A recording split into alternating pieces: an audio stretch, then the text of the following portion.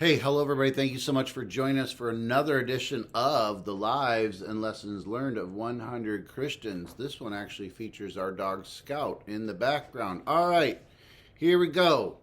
Today's person is John Jay. You may not know who he was unless you're a real history buff. He was a prominent American diplomat, jurist, and one of the founding fathers. Probably the reason I picked him, our most Christian founding father. His long career in public service was defined by an unanswering commitment to the rule of law, national unity, and the sound principled foreign policy. Although sometimes overshadowed by the other founders, he was crucial in shaping the legal and diplomatic institutions of the young United States. He was born in New York City to a wealthy merchant family. He graduated from King's College, which is now known as Columbia University, in 1764 and became a lawyer. Through his marriage to Sarah von Brunn Livingston, he gained connections to a politically powerful family.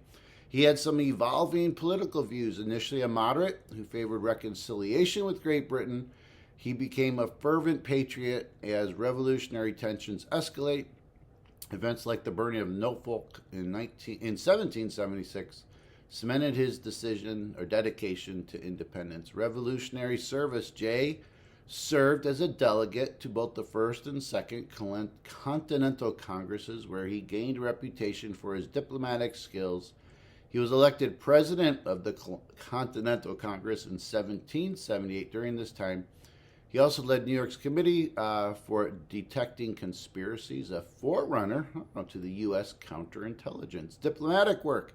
In 1779, he was sent as a minister to Spain, seeking recognition and financial aid for the new nation. He later played a key role in negotiating the Treaty of Paris, which officially ended the Revolutionary War. Constitutional advocacy.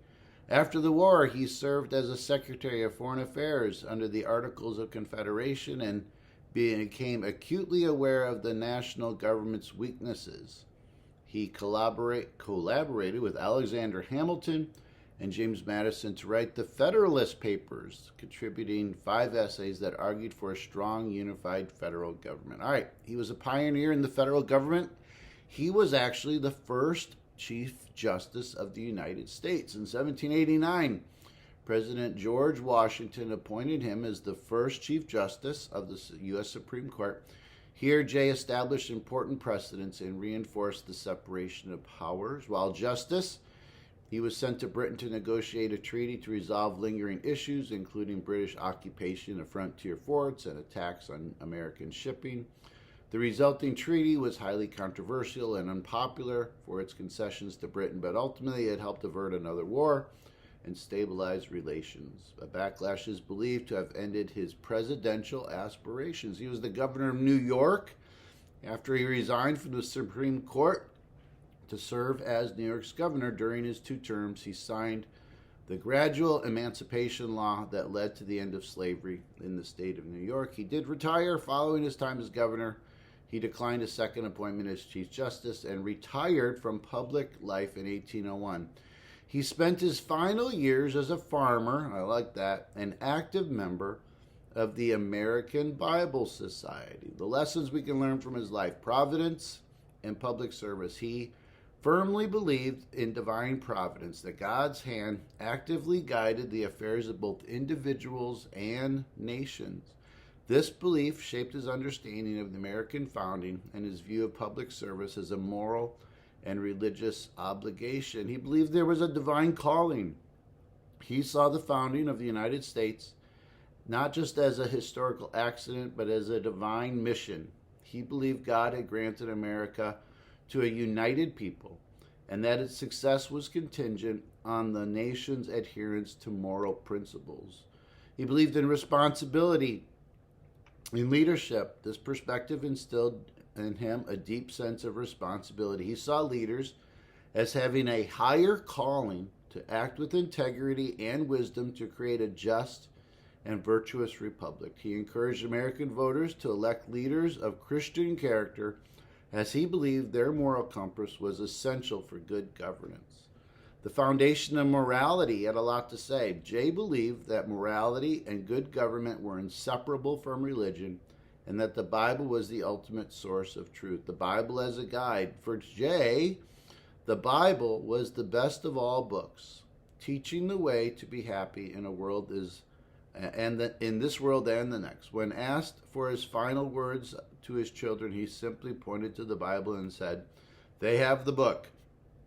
The insufficiency of human reason. Jay believed that human reason alone was inadequate for understanding divine truths. All right, this led him to emphasize the importance of biblical guidance for both personal character and national virtue. Compassion and justice for the oppressed. Jay's faith drove his opposition to slavery, an institution he increasingly viewed as morally incompatible with Christian teaching. Confronting personal contradictions. Although he inherited and had slaves, his anti-slavery convictions grew stronger throughout his life. The hypocrisy of a liberty-loving nation sanctioning human bondage motivated his first efforts toward abolition. Faith-driven abolitionism. As governor of New York, he signed he inherited slaves.